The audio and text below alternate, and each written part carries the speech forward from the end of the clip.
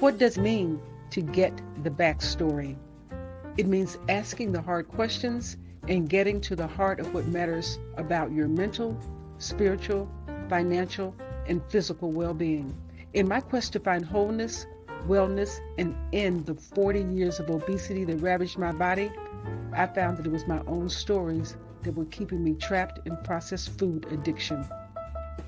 Once I started asking the right questions, those same stories led to brand new consciousness, mindfulness, and agency.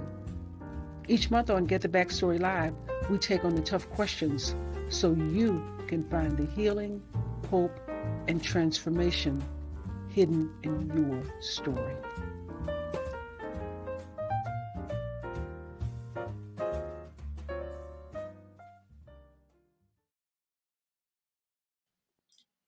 Hello, and welcome to Get the Backstory Live. My name is Michelle Petties, and I am your host for the debut broadcast of Get the Backstory Live. And it is my honor. It is my honor to speak with you tonight, to share the screen with some amazing panelists as we discuss the issues that are so important when it comes to men's health. So on Get the Backstory, I just want to let you know that on Get the Backstory, we have real conversations. We have real talk. We address the hard questions. We address the tough questions. But before we jump into tonight's conversation, I'd like to give you just a little bit of the backstory about who I am and why we're here. So in 2018, in September 2018, I started a health journey. I started a health journey that would change my life. And on that journey, the journey involved just years of not understanding my body, understanding my health, and how everything was all connected. I was a food addict and battled obesity for most of my adult life. Yeah. And then something happened. And I got some clarity and I got some understanding about changing my beliefs about my health and about how to manage food, hunger, and eating. And once I got that understanding and that clarity, it became very important to me to change my story and help others change their stories. And that's what Get the Backstory is all about, helping us change our stories so that we can get on the road to better health. And June is Men's Health Month. And it's nothing more important for us to talk about in June than men's health. So tonight, in the debut broadcast of Get the Backstory Live, I have assembled a powerhouse panel of men that are going to help us really take a close look at what's happening with men and their health. It's a broad topic, it's a big topic, it's a big issue. And we need different voices because there's a lot to cover. And we're going to jump right into it. I'm going to bring on each one of the panelists, introduce them, and then we're going to jump right into the discussion because the first thing that we're going to talk about is the major challenge that is facing men as it relates to their health today. But first, let me introduce the first panelist. So the first panelist that I would like to bring on and have you meet is Mujahid Muhammad. And he is the Chief Executive Officer of Keys Enterprises. He's a clinical therapist at the University of Maryland and a therapeutic crisis and trauma trainer at Catholic Charities.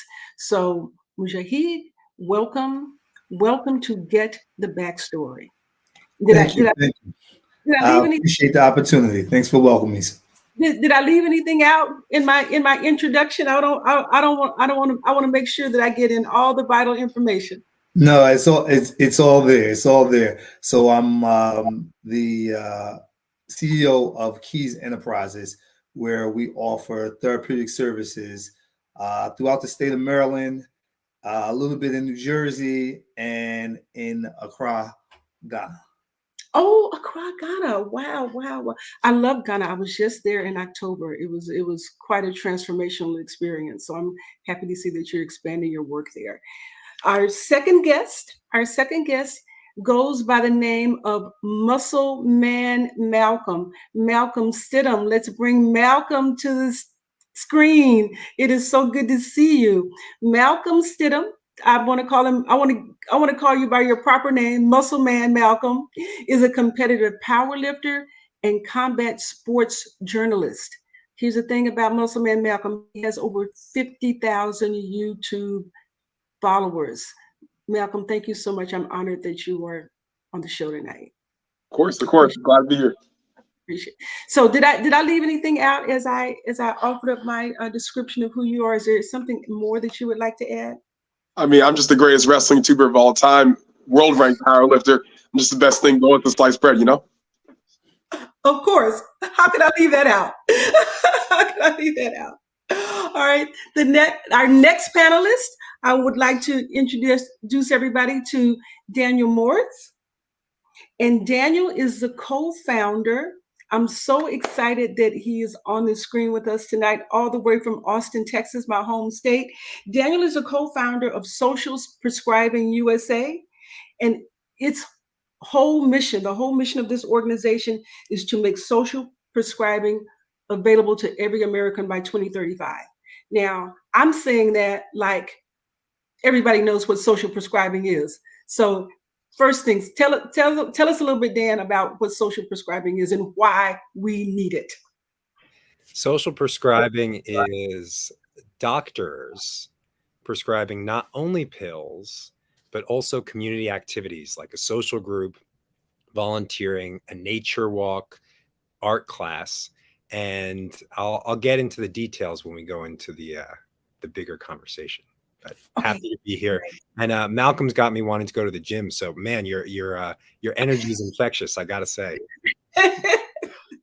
All right, thank you so much for that, Dan. Our next panelist. All right, let's hoop it up some for Ken Harvey, former Washington commander. Ken, so happy to see you on screen tonight and have you be a part of this conversation. And I introduce you as an NFL superstar, but you're so much more than that since you're retired. You're a philanthropist. I read that you're a Renaissance man. You're an author.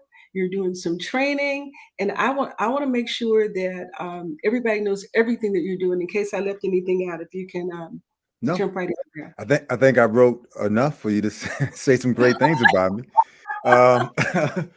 No, look, I'm like everyone else. You live life. I've had a bump in that I played in the NFL, but life goes on beyond the NFL, and you have that dash in between when you're born and when you die. And what do you do with it? So I'm just trying to do something positive with it. Yeah, that dash, that's what it's all about. Yeah. That space in the middle, right? Yep.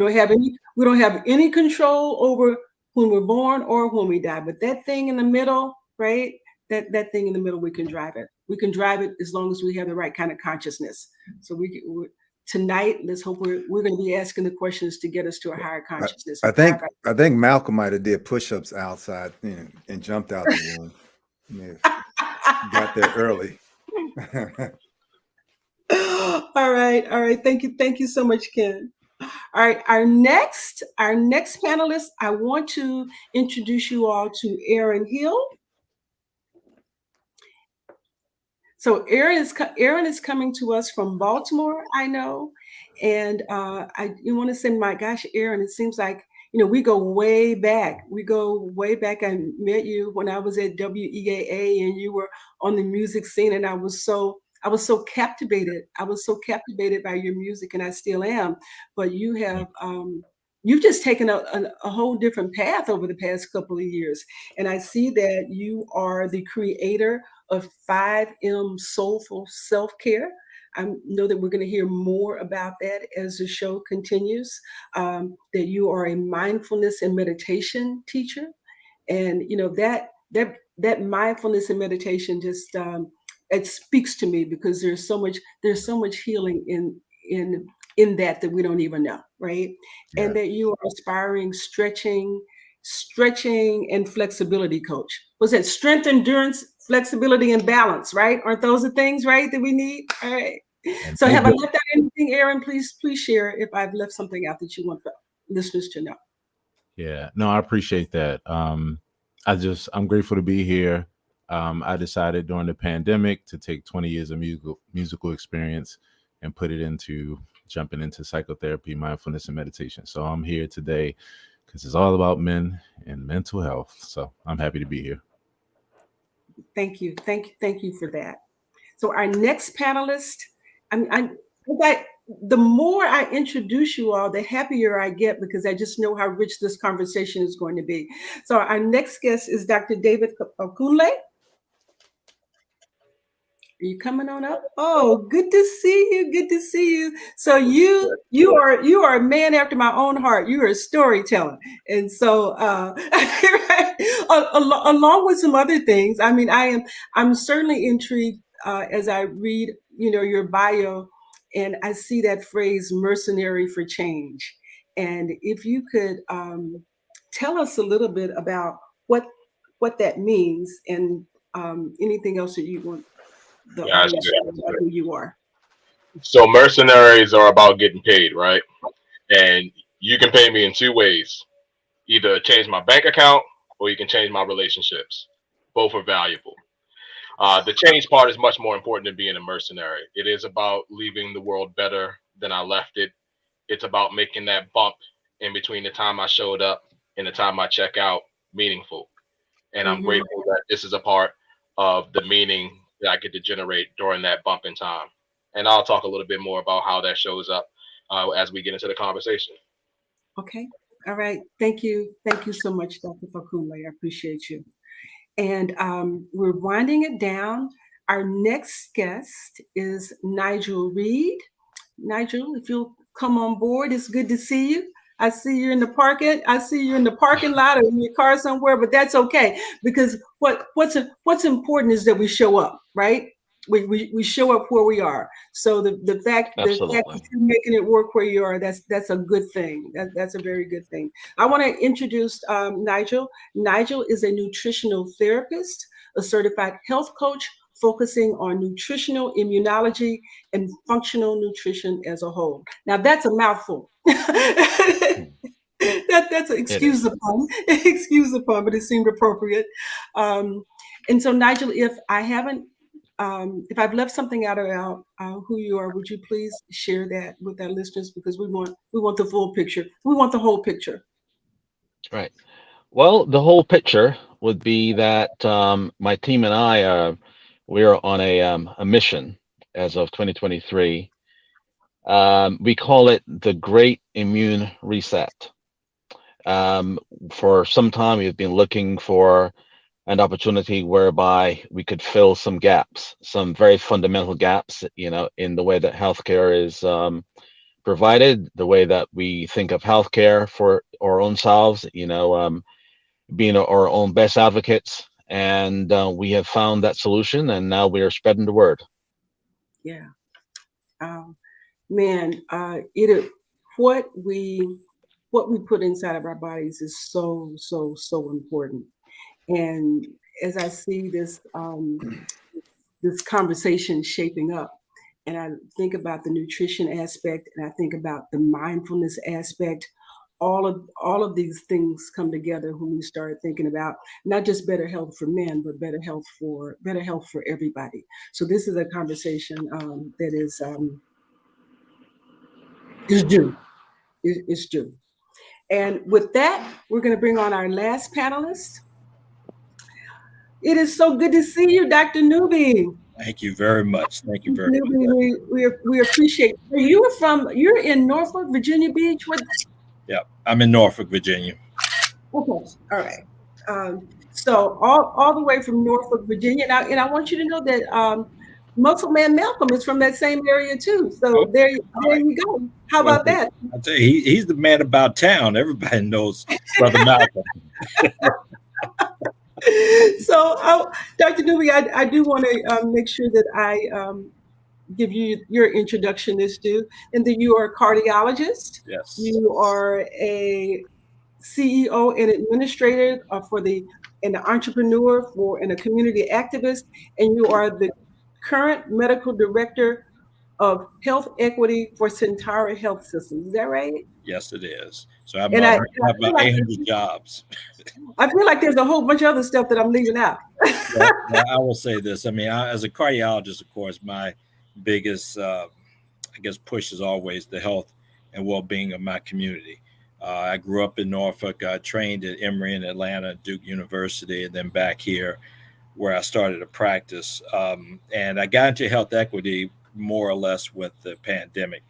And I looked at how the rollout of the aspects of COVID-19, in my opinion, could have been done better. And I said I could complain about it or I could get busy and participate. So I actually went back to school. I'm actually in on top of everything else I do, I'm actually doing a grad school program at UNC Chapel Hill in public health. So I'm getting my master's in that on top of my MD degree that I currently have. Oh, man. I feel like I want to go take a nap now. You just exhausted me, and I'm just sitting here. Well, I'm gonna tell you, going back to school was a little interesting. I haven't been in I mean, you know, we have to do continuous medical education regardless, but sitting in a classroom, we actually write papers again. I was a little far removed from that. So, but it took me a while to get back into the groove of being in a classroom. But I tell you, I enjoy it though. The amount of information you learn or how to really engage a community has been phenomenal. Oh, that's good stuff. That's good stuff. All right. So now that the panel is all assembled, we can jump right into this discussion. And I want to tell you that share with you before in preparing for this conversation. You know, I went to Google, right, and I looked at the health issues that are facing men today, and you know, I saw what I've always heard. I saw high blood pressure, right? Like high blood pressure, heart disease, cancer. I saw a few other things: heart disease, cancer, lung cancer, hypertension, and I feel like there was another one. But what struck me was that I felt diabetes for sure. But as I was looking at the list and looking at all these maladies that afflict men, I thought that there's got to be more to it than this. That it's just not these diseases. It's just not these illnesses. And if you'll notice in the question is, what is the number one health challenge? And so challenge in my mind, doesn't necessarily have to be some form of illness. It could be something else. And I just want to just do a rapid fire round robin and get the take from each of you what you feel like the number one health challenge facing men today is. And Mujahi, we can start with you. You're muted. Mujahi, we can't hear you. Okay, while we're getting the sound. Sorry about that. I was on. Okay. I was on mute. Okay. So, as a therapist, it's always easy for us to go mental health, but I got to tell you, what I want to talk about more of is what I see from the individuals which I serve. So we see individuals, their families losing men to cardiovascular issues more than anything else.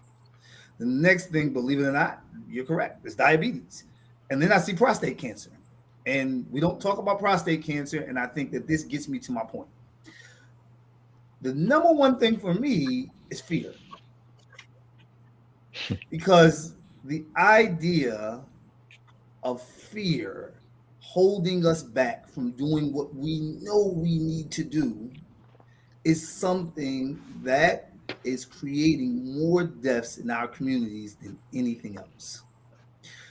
A lot of times we know when we were supposed to go see a doctor.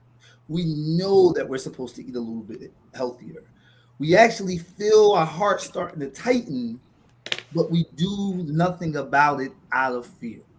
We do nothing out of it because we feel like we need to be strong men for our families, for our children.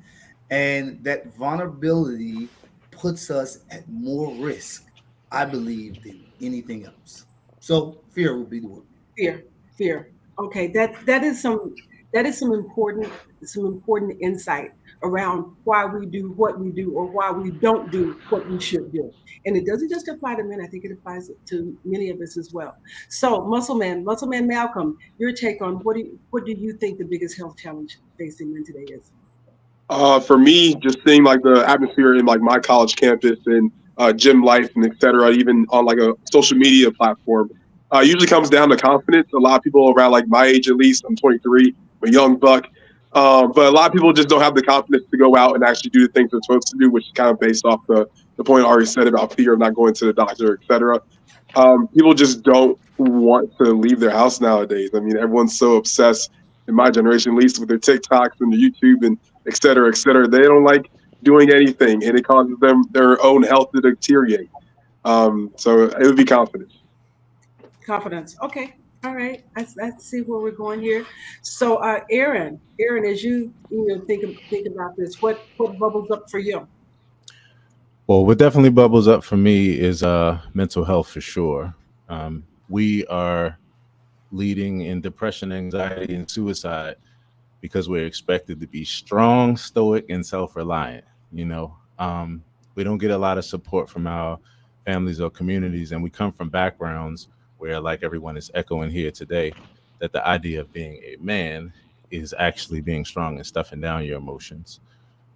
So I think that is definitely at the top of the list, and I think that pours out into everything else. Mentally, as we're saying here, with fear and with some other things, if you're in that place, then the rest of your experience will follow that physically as well. So that does lead to cardiovascular disease and cancer and these other kind of things. So for me, I'm working with veterans every week with PTSD and all the way down to just normal people facing regular life problems, and the mental health piece of it, that aspect of it. And sometimes it's not fear, because you can't fear what you don't know. Sometimes it's lack of knowledge and information, as well as a few other things. I'll save it for the next round. Okay, you're saving for the next round. But I appreciate you bringing up that the comment, and I'll get on to the next panelist. It's not always fear. It's not having the knowledge. And when I think about my own situation, I think that for years I was just ignorant. I was just ignorant about what good health looked like, what it felt like, and I was disconnected. I was disconnected. My thoughts were disconnected from my body. Yes. And that the getting to the place where I could integrate those things has really made all the difference. But that sometimes you just don't know, because you if you haven't seen it, if it hasn't been modeled for you, sometimes with our health we're at a place where we don't even know what we don't know, right? Very true. And we don't even know the questions to ask. And once we figure out the right question, that's moving us in the right direction. So, Ken, Mr. Harvey, what are your thoughts on the biggest challenge facing men today as it relates to their health? It's when you're in the middle, you kind of get what everybody else was saying, because there's fear and lack of knowledge. I think fear comes in a lot of different formats and a lot of different ways. Fear of you go to the doctors, but you don't know what that bill is going to be, how much your insurance is going to pay and not pay. That's a fear of that next bill coming up that your insurance doesn't pay, and how you're going to have to deal with that.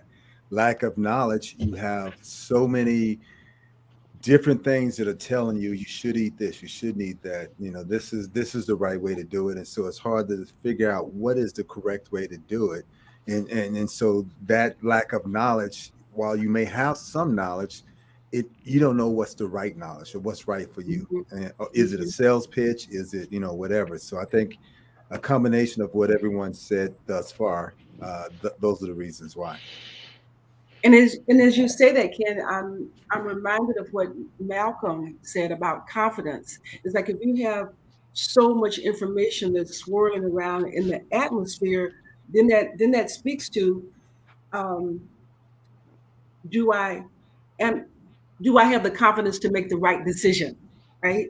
And then that goes back to what Mujahid said about being afraid of making the wrong decision, and that immobilizes us sometimes. So there are a lot of things that are going on, um, inside our heads, or inside not just the heads of men, but inside of all of our heads, that that are barriers to action. So it's about getting some mental clarity, working on our belief system to move us into the right behavior. Um, so Dan, I'm I'm waiting with bated breath to hear what your response is, and how you see it through the lens of social prescribing. So one of the biggest challenges facing men is a concept that's not really well known yet, and it's actually something that staff at the American Heart Association, who deals with cardiovascular health, is actually taking more seriously. It's something that's affected by 60% of men experience it, and it's something that I think is going to balloon into one of the biggest health issues in the coming decade, and that is the concept of social health. And it's really the next chapter of health, because if you look at healthcare over the last 50 years, there's been an evolution every 20 or 30 years. There's evidence-based medicine in the late 1800s, public health in the early 1900s, diet, exercise, nutrition came in the 60s, along with therapy. You have neuroscience in the 90s, mindfulness into the 2000s. And so it's naive to think that we've reached the conclusion, our complete knowledge of health.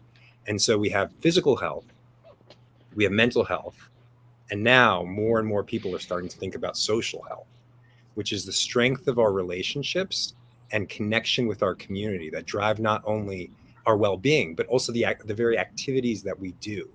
The Surgeon General just came out with a warning on loneliness as a big health issue, just like the Surgeon General has given warnings towards cigarettes, towards alcohol. Now loneliness is a big mental health issue. And there's been research showing that it's akin to smoking 15 cigarettes a day if you're very lonely.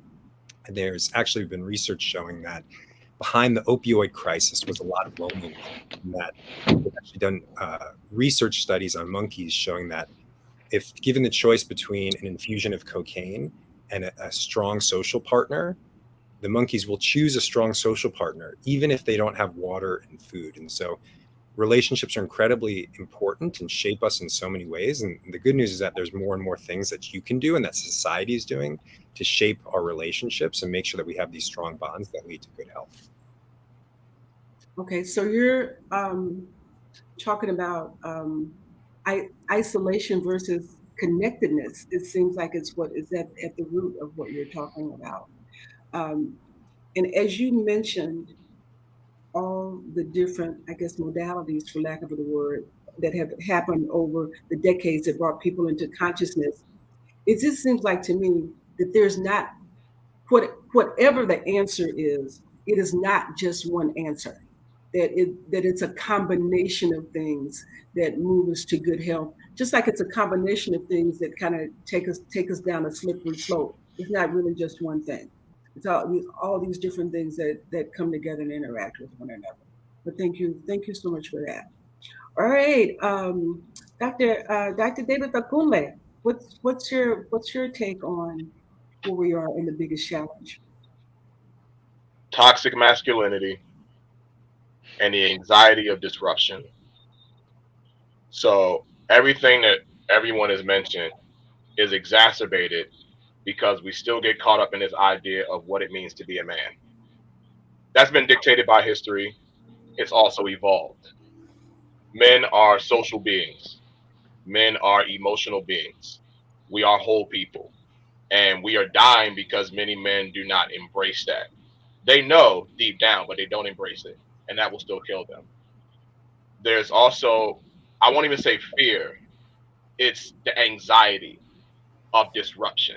And this is coming from somebody who has a PhD in public health and knows all the things I should be doing to have a quality life. Ask me if I'm doing them. That's why I say public health folks are some of the biggest hypocrites in the world. It's just acknowledging that with all the knowledge, with all the understanding, it still comes down to choice. Excuse me. And we are creatures of habit. So if the habit, no matter how healthy or unhealthy it may be, is at the point of a habit, it's hard to change. And, I'm sure many of us have that, and I won't say it the full word, the epic point, like just screw it. Just do it, right? We just one day decide to change. Sometimes it's that simple. And we realize at the same time how hard that is. So it's the whole point is that we are creating opportunities for men to embrace their full humanity. And if you're embracing your full humanity, you will better explore the physical, the emotional, the mental, the psychological, the spiritual, the financial, the practical aspects of what it means to be a whole human being.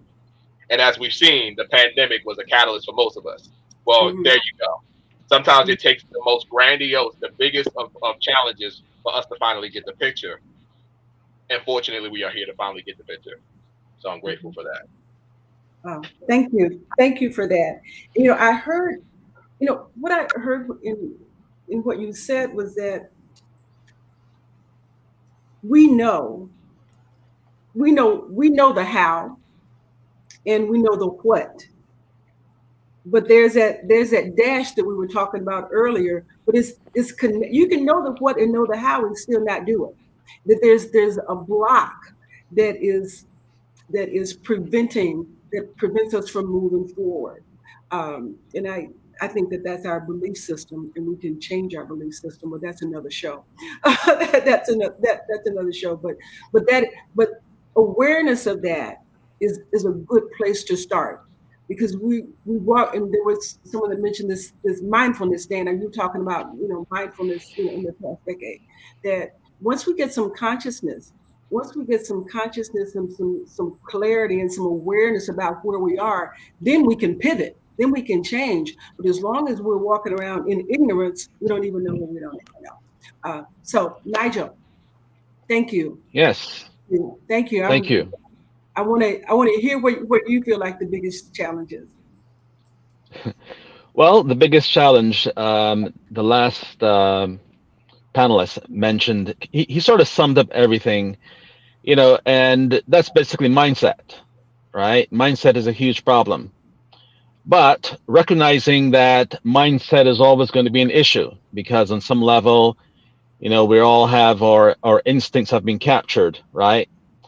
So I mentioned earlier about timeliness in terms of my team and I positioning ourselves in such a way that we can begin solving some of these problems. But based on everything that everybody has said, okay, all of that comes back to the immune system, period. How you choose to respond to all of these things, whether they're environmental, imagined, or otherwise, it all comes back to the immune system and the state of one's cellular structure. So once you can begin with that, then it's going to begin to solve a lot of those other problems, because what is happening now is that the human body is not able to evolve fast enough to essentially coincide with the way that we are advancing technologically, right? And that's a huge problem, right? But we have a solution, okay? And that is to strengthen the immune system. And what I'm doing now with my team, we are sharing clinical protocols for individuals to be able to begin to solve these problems, and thereby make a lot of the other things, whether it's stress or mental issues, whatever it is. We have a fundamental solution to actually help people ameliorate some of those things. Nigel, what you just said really, really resonates with me. And one of the reasons that it resonates with me is that when I think about my own health journey and how I would lose 50 pounds and then gain 60, lose 60 and gain 70, and just go through that cycle. I went through that cycle for 40 years before I got some clarity. But the reason this resonates with me is that for so long, all I would do was I would just look and see, okay, what can I eat and how much of it can I have? Because I'm trying to follow the diet. And I never drank the water. I never got to sleep. I never, I, I never did, I never did the writing, right? I never did the meditation. I never did any of those things. But it wasn't until I started paying attention to that I was able to finally get some peace around food. And what comes up is what everybody is saying about the mindset is that if we get to a place where we can manage our mindset, do the internal work, then the external work, then the external follows. That as long as your belief system and your behavior are in conflict, the behavior is not going to do the thing that you want to do because you're always fighting it. And when, as you said, your immune system is being fed properly and being nourished, it makes it all so much easier. And that's what it has been my experience, is that once I felt like that I was feeding myself correctly, life became better. Like it became easier to do. It became easier to do the mental and the emotional work.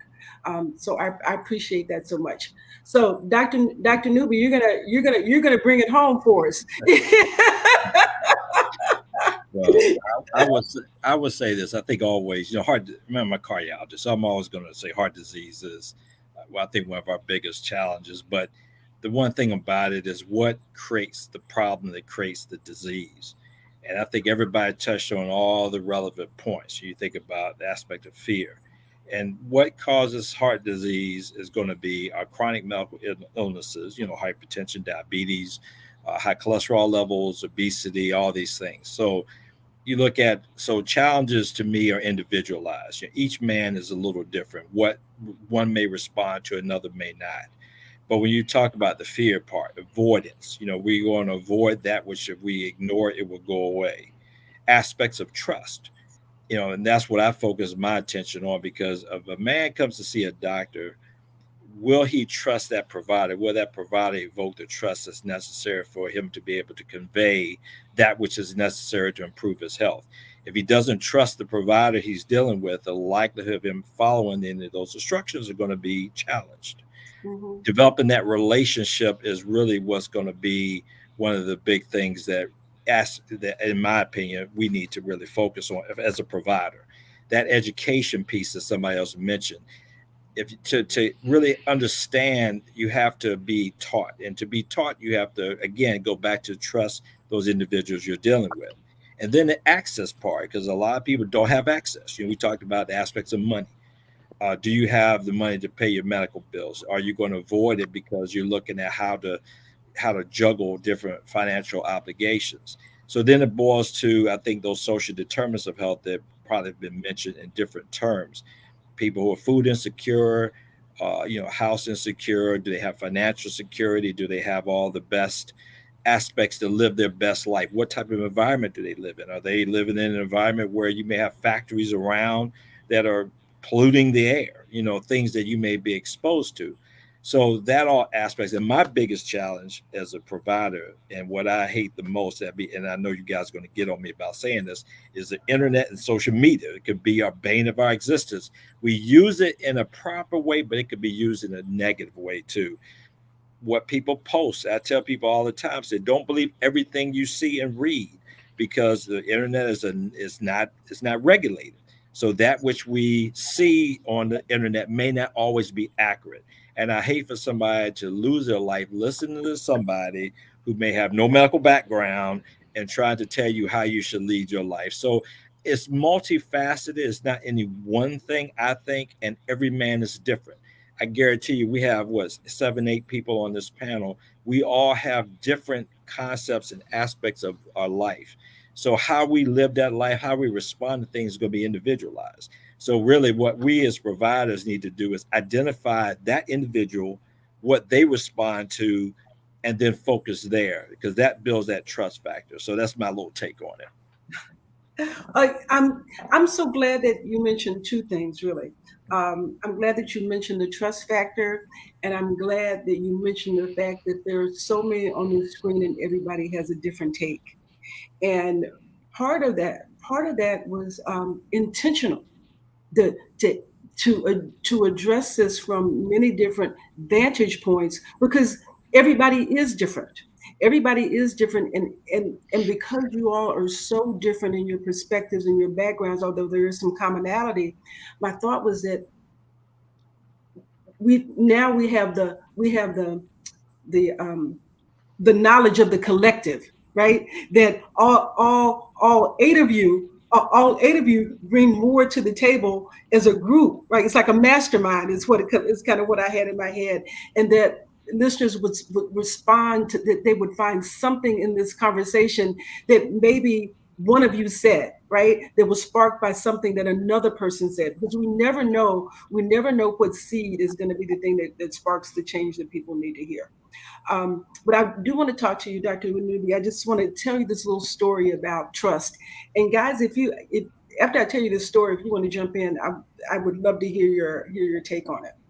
So a while back, my sweetie got sick, but I didn't know it. I was at the tennis court. And I was at the tennis court, and I was, hitting some balls, and I heard a horn honking. And I didn't look up because I don't look at random horns. I just continued what I was doing. But then I did kind of finally look up because I heard somebody say Michelle, and I looked over, and it was him falling out of the car. He had driven to the tennis court, and he was falling out of the car. So obviously, I threw the racket down, ran to the car along with my coach, and he needed to go to the hospital. And we took him to the hospital. But here's the thing. Here's why I want to tell you why I'm telling this story, is that he had to pass the hospital to come to the tennis court. The hospital was closer than the tennis court. So this thing about trust is so big, it's so important, and I have heard other instances in the past of situations like that, when somebody is up against something, they feel it, and they don't necessarily call the doctor, but they call somebody that they trust, someone that they know, and then we go to the hospital. So if you can speak on that, Dr. Newby, or if there's someone else on the panel. I know we're a little off what I said we were going to do, but that this trust thing is kind of, Yes. it's sitting on me. Well, I'm sorry. Oh, please go ahead. I mean, I've talked my head off already, so I'll chime in on that trust factor just because of what I live every day. But please go ahead. Okay. Thank you. We are social beings. We are social creatures. It's been said here in so many different ways. And the way that we coexist is by relating to each other. People buy from people who they know, like, and trust, and they take their advice and their help. It just reaffirms what we're speaking about here as far as community, and why social support is the new mental health, understanding the depth of that. So that was a powerful story, and it really affirms why we are on the front lines and why it's so important to relate to these health issues from a social perspective as much as possible. Yes, thank you. Thank you so much, Aaron. I feel like somebody else wanted to jump in real quick. Mm-hmm. So same thing, like former players, right? There are a lot of former players who, the NFL's and the NFL Player Association are providing ways now, at least, to help former players. But the biggest thing is trust, and the biggest outlet is us giving the word to another player, because you're going to trust a player that you've played with more than you're going to trust the people that are giving something out, because there's been so much mistrust or negative trust that you don't know who to believe, once again. So you're going to believe the person that you hang out with. And when you start seeing results, then you start saying, okay, I believe it. I'm going to go with that person. That's kind of life. You're going to go with the person that you feel the most comfortable, that has your best interests at hand, as opposed to what people are saying, because you find out a lot of times what people say is not what they do or their actions. Yes. And how you develop those relationships. One of the things I've kind of seen that I don't like in medical education now is that I found that the ability to relate to somebody is based on your social experiences, how you were raised, environments that you grew up in, but also how you just interact. And unfortunately, so I see too much of individuals in medical school now who really don't have those social graces. I mean, what makes me cringe more, if I see a 20-something-year-old intern say to a 90-year-old, especially an African-American woman, they call them by their first name. You know, I mean, I'm about ready to choke somebody. I know I can say this online. I shouldn't, but I do that because of respect. You know, that aspect of respect, how you relate to people, how you demonstrate that you care about somebody. That to me evokes that trust factor more than if you're just talking to people. You have to talk with them. You have to be ingrained in there and understand their experiences in order to do that. And that's where I find we in medical education have fallen short. And that's why I think we run into a lack of trust. And I really think if we focus, meaning as providers, on that piece, get back into how you develop that relationship, I'm convinced that I think people would listen more, they would respond better, and I think they would take their health challenges more seriously. We still have to overcome all those other obstacles, but I think that piece is critical, and that's where I think we've fallen short. Okay. All right. So as we are, man, the time is clicking along. This conversation is just, I'm so energized by it. But I feel like it's time to go on to what I think is the last question, about what steps, right? We've identified what the challenges are. But if you are a man right now watching this conversation, or if you have a loved one that's a man, can you identify some steps that people can take tonight, today, tomorrow, pretty immediately, to start overcoming some of these challenges? Mujahid, can we start with you? Yeah, sure. I would definitely like to start with community, though. I think that we have to deal with these health challenges together. I'm one to take notes. So as you all are talking, I'm taking notes here. And one thing that stood out was that we have to create ecosystems of health and trust. At Keys, one of the things that I think that we found out that we had to do was, with regards to mental health, we started taking our therapists and having them do work in the same communities that they grew up in.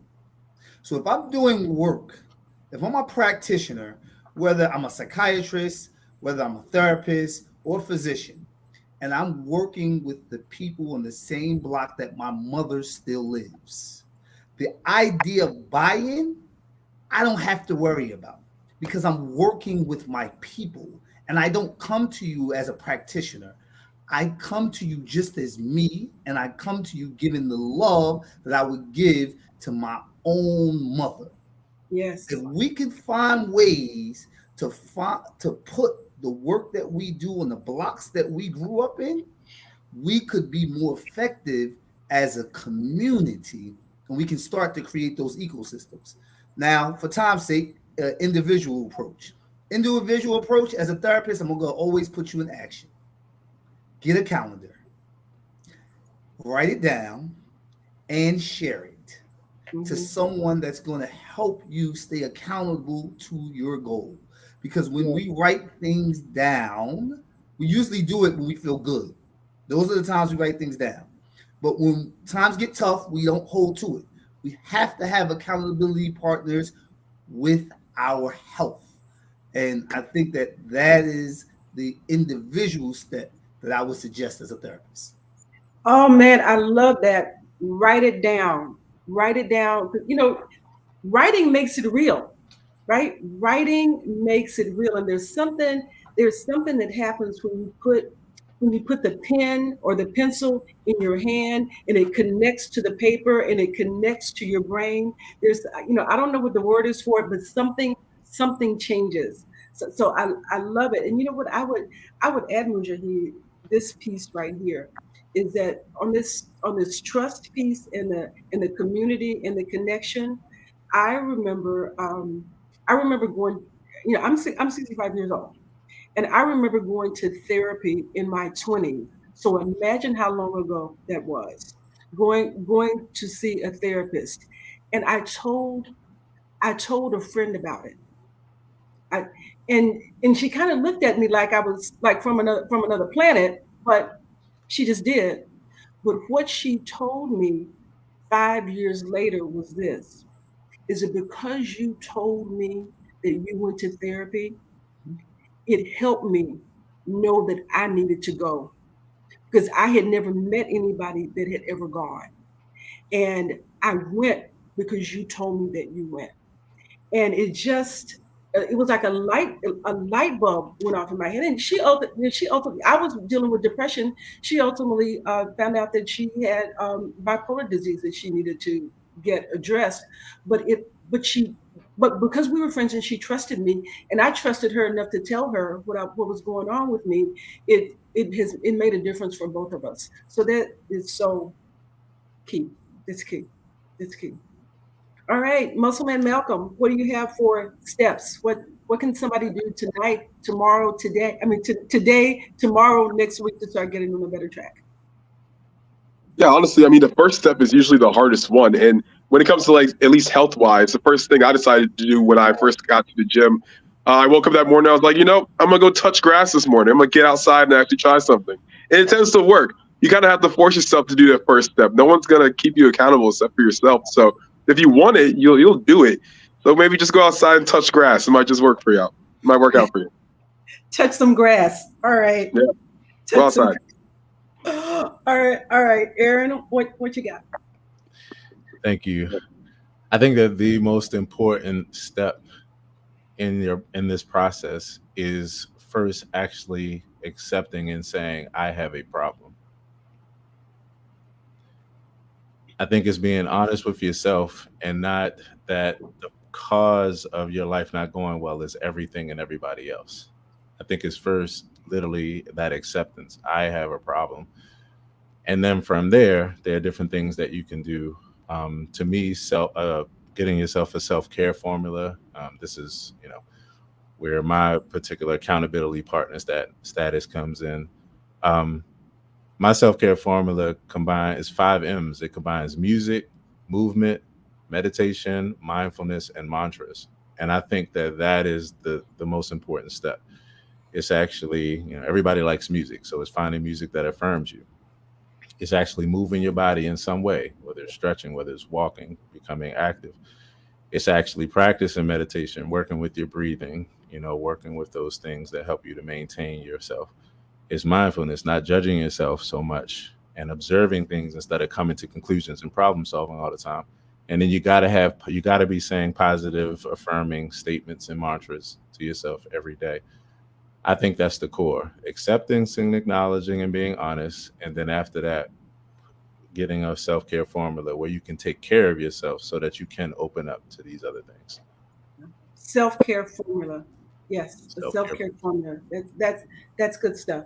Ken, what can somebody do tonight, tomorrow, next week that'll get them on track? I think one is to realize that it's not going to happen overnight. That it's a process. It's not only your process in your life, but it's also generation that you got to deal with, and what you've been taught, what you've grown up with. And then the second thing, I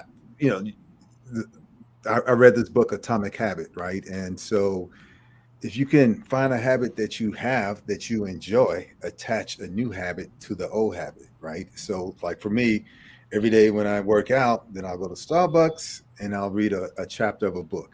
I didn't like reading books, but now I'm reading books. Now you feel like you're doing something, and it's become a habit. So find a habit that you do all the time and attach it to a new habit that you want. And that may be something that'll be a small step in changing in your life and what you're trying to do. Thank you. I love that. I love that piece about habits. Now I'll share one more quick story with you. The same thing. This same friend that I was telling you about therapy during the pandemic, we decided that we were going to walk and talk every day, and so I was already a walker, but the experience of walking changed for me because it started to become something that I did with a friend, and I attached it. And I still attach these wonderful feelings that had everything to do with the conversation that we were having, and not necessarily the walking. And so these associations are transformational. And the truth about the associations that we can decide what we associate with. We can decide on those associations and ultimately change our belief system and change our behavior. Dan? So I'll talk on the topic of loneliness and kind of focusing on that and do some rapid fire things. So one, we know that if people are lonely, I've been there, many people have there, you're more reticent to engage with others. So one way to engage with others is to not think about who might I want to connect with, but who am I already connected with, who I could deepen that relationship, whether it be a friend, or maybe I could reach out to an uncle as a mentor or something like that. The second thing is, many people, men in particular, bond really well while doing an activity. So sometimes think about what's a hobby that I might want to do, and something that even if I do alone, I'm enjoying it, and then just invite another person along. That's a nice way to kind of get relationships going. There's also a lot of books on transforming relationships that are really powerful that have come out together by Surgeon General Vivek Murthy. The Unlonely Project by Harvard professor Jeremy Nobel. Casley Killam is someone who has a lot of great content coming out, and Jules Hotz has a book coming out on social prescribing. So if you want to go deep and really gnaw on these concepts, the last thing I'll say is that there's this new concept called social prescribing, where doctors are prescribing community activities. This is scaled nationally in the UK, and people are bringing this to the US. There's a social movement with the organization Social Prescribing USA that's driving this forward. There's dozens of pilots happening around the country. So talk to your doctor if you're interested in this and see if something can maybe get going in your neighborhood. Okay, that is good stuff. And I do want to say that I actually joined Social Prescribing USA because I know how important it is to find a way for us to connect. There's connection and healing. There's healing and connection. There's healing and connection outside of ourselves. And I do see the social prescribing as a way for us to get connected in a way that helps us, that hasn't been available to us in the past. So I'm very excited about that. All right, Dr. Fukunle. There are a bunch of systemic things that need to happen to greatly overhaul public health and healthcare. But let's keep it really, really simple, because I believe in simplicity. At least for tonight, let's give ourselves permission to say and acknowledge and appreciate that we are not always okay, that we are not always strong, that we don't always have it together, and sometimes we fail and continuously fail. We are flawed. We are human. Embrace that. That's everybody's story. And if there's a common denominator with everything that I've listened to tonight, that everyone is hearing tonight, we all have a story to tell. And that's where I come in. Because the universal language that we all speak, no matter what the background is storytelling. So when I think about what's missing in healthcare and the future medical professionals, of which my sister is one of them, storytelling. When I think about what's missing when it comes to loneliness, when I think of the lack of connection that men are very susceptible to, storytelling. When it comes to the nuances that exist within public health and healthcare and all the things that we struggle with, storytelling, storytelling, storytelling. But the beauty is this. Every single face that I see on the screen has done it in the past hour. So clearly we're not incapable of storytelling. It's just the intentionality behind it. But Aaron, I know you know this. We work with the same people at the Baltimore station. Shout out to the Baltimore station. And this is what they get to embrace. that their story has meaning. It has value. It matters. And it doesn't matter what has happened in the story. The fact that the story exists is the meaning. So sometimes it takes the habit to create the meaning. Sometimes the meaning creates the habit. Nevertheless, meaning is everything. It has to matter to us in order for us to do it. And the strongest way that we can create meaning is to connect across human beings. What allows us to do that? Telling your story. Thank you so much, Dr. Fakunle. I appreciate it. And man, we have run out of time, and I am just, Nigel, Dr. Newby. I want you all to add your final comments. I feel like I'll get in trouble. Okay. I'm good. Okay. Yes. Okay, real quick. What I want to leave everybody with is 4 labs that they need to do, especially if you're a person of color: CRP, CAC, homocysteine, and apolipoprotein, okay, or ApoB, okay? Now, what you want to do as soon as possible is get on a good vitamin D with K2, okay? You can probably take about 10,000 IUs of that. The other thing you got to pay attention to, watch your hydration. A lot of us are dehydrated. But more importantly, okay, is intracellular detoxification or intracellular glutathione therapy, okay? So raising glutathione intracellularly with the right precursors will then raise those requisite cells that you need in order to deal with the stress and everything else that's happening. Like even things like various chemicals. A lot of us are drinking water from water bottles. Okay, there's a lot of things going on. There's so many chemicals everywhere. Like I said earlier, our bodies are not evolving fast enough. So the best thing you can do from a cellular level is to raise your glutathione. Don't buy a glutathione tablet because that's not going to work. There's no clinical evidence supporting that, okay? However, if you can get the right precursors, you can always raise it and you can fight just about any disease out here, okay? Thank you, Nigel. Sure. Thank you, Nigel. Thank you all so much for jumping in on this conversation tonight. And I know whoever was listening got some good takeaways. I know they did. I appreciate you all. The thing that I got, and I hope everybody got, is that you can do something tonight, you can do something tomorrow, you can do something next week, but you can take action. You can take action. You don't have to be afraid, right? You can trust others, you can trust your body, you can trust your medical professional, but do something. Just one thing. Establish that habit, ask the tough questions, and just keep moving forward. Thank you all so much. I appreciate you. Thank you. Thank you. Thank Great. you. Thank you, everybody.